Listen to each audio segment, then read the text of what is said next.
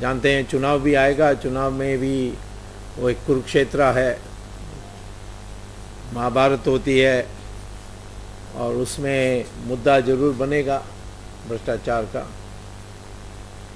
और सारे जो इंडेक्स तैयार हुए हैं उसके अनुसार आज गुजरात में न्यूनतम भ्रष्टाचार गुजरात में है, ऐसा राजीव गांधी फाउंडेशन की रिपोर्ट हो या ट्रांसपेरेंसी इंटरनेशनल अंतर्राष्ट्रीय स्तर पर हो, सब ये कहते हैं प्रांतीय स्तर के दृष्टि से गुजरात में न्यूनतम है। कांग्रेस पार्टी CAG रिपोर्ट लेकर घूम रही है, लेकिन मुझे आश्चर्य होता है कि कांग्रेस पार्टी दिल्ली में बैठी है, सरकार में बैठी है, CBI उनके नीचे है, तो CBI को सौंपा नहीं, कहीं कुछ नहीं। कोई एक व्यक्ति चले गया किसी यहाँ कोर्ट में एक मिनिस्टर के खिलाफ, लेकिन कांग्रेस का निशाना तो नरेंद्र मोदी है। और नरेंद्र मोदी इसीलिए कि आप देखोगे नेहरू परिवार का परंपरा है कि गुजरात से राष्ट्रीय नेता पैदा होते हैं और ये हमारे नेहरू परिवार के लिए खतरा होते हैं। सरदार पटेल की कितनी बुराई और उसको नीचे करने के लिए जवाहरलाल नेहरू के टाइम पर हुआ।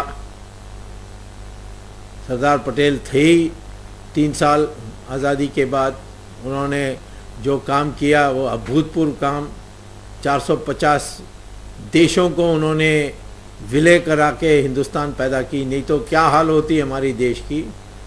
अंग्रेज़ों ने तो पूरा हिंदुस्तान छोड़कर नहीं गए, पहले तो उसका 2 टुकड़ा कर दिया, फिर सारे राजा महाराजों को मुक्त करा दिया कि तुम अब अलग देश के राजा हो।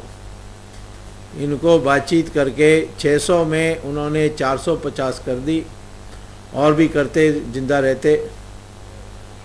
एक जो उन्होंने लगभग कर दी थी उसको जवाहरलाल नेहरू ने बिगाड़ी थी, वो कश्मीर।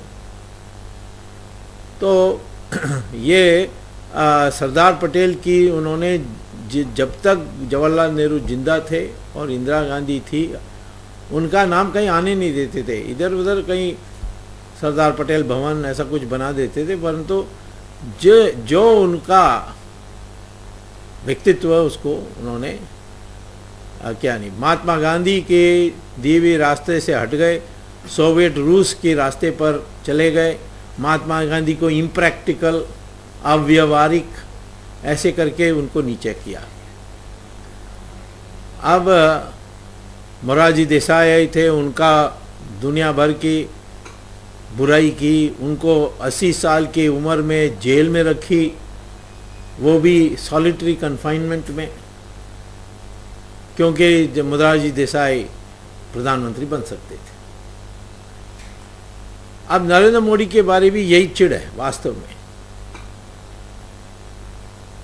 जिस बातों पर उनको जिम्मेदार ठहराया जाता उसमें तो राजीव गांधी को सिखों के नरसंहार के लिए जिम्मेदार ठहराया जा सकता है, सोनिया गांधी को ऑपरेशन ब्लू स्टार के लिए ठहराया जा सकता है क्योंकि उसमें अग्रसर थी वो। राजीव गांधी की हत्या करने वालों को मृत्युदंड नहीं, राजीव गांधी की हत्या करने वाले लोगों का मृत्युदंड पाने वाले 4 लिट्टे के लोगों को मिलना नहीं चाहिए फांसी, उनको अमरण अनशन पर, अमरण यानी एक आजीवन कारावास में रखना चाहिए। ये सोनिया गांधी की चिट्ठी थी राष्ट्रपति को, और आज तक उनका फांसी नहीं हुआ है। एक उसमें से महिला को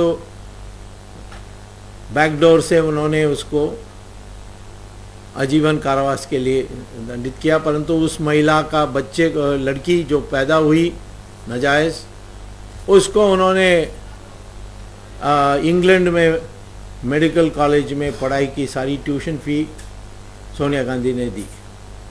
जेल के अंदर इंदिरा गांधी ओपन यूनिवर्सिटी की कंप्यूटर कोर्स में पढ़ने के लिए सारा स्कॉलरशिप दिया।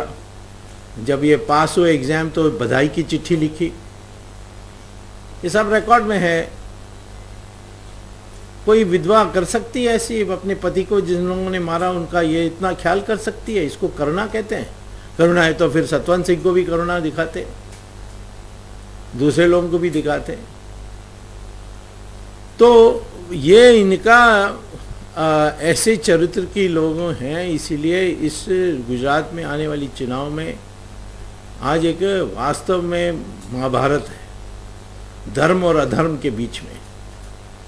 धर्म है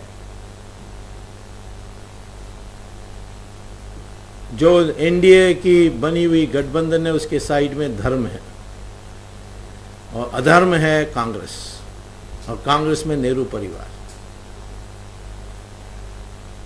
अभी तक नरेंद्र मोदी के बारे बात करते आए हैं, परंतु अभी तक इसका जवाब नहीं है कि एसआईटी ने उनको क्लीन चिट कैसे दे दी। एसआईटी तो नरेंद्र मोदी ने नहीं बनाई।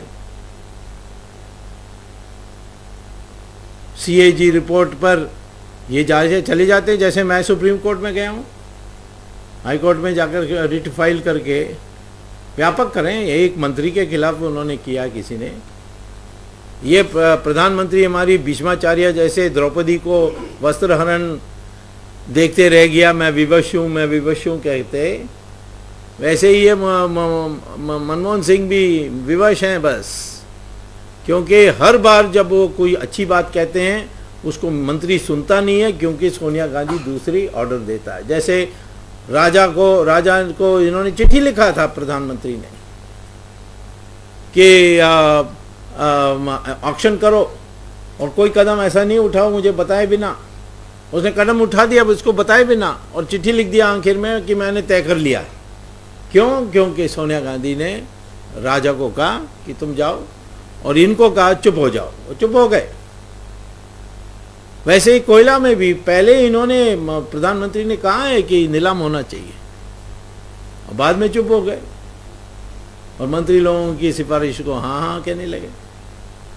तो प्रधानमंत्री को भ्रष्ट कहने के लिए सब तैयार, पर सोनिया गांधी को भ्रष्ट कहने के लिए सबको संकोच। ये क्या बात है? ये अन्ना टीम को सवाल पूछना चाहिए उनसे। उनके लोगों ने मुझसे पूछा प्रधानमंत्री को क्यों नहीं आप कोर्ट में ले जाते हो। मैं कहा वो ले जाने से क्या होगा, वो इस्तीफा दे देगा, इस्तीफा देगा तो कौन आएगा? वो राहुल गांधी आएगा, वो तो बुद्धू है, उसको प्रधानमंत्री बनने से देश राष्ट्र का अपमान होगा। बन सकता है नहीं बन सकता वो भी एक बात है, जैसे सोनिया गांधी बन सकती थी नहीं बन सकती थी, सवाल था, नहीं बनी। तो इसीलिए मैं यही कहूँगा अन्ना हजारे को कि इनको छोड़ो ये टीम को,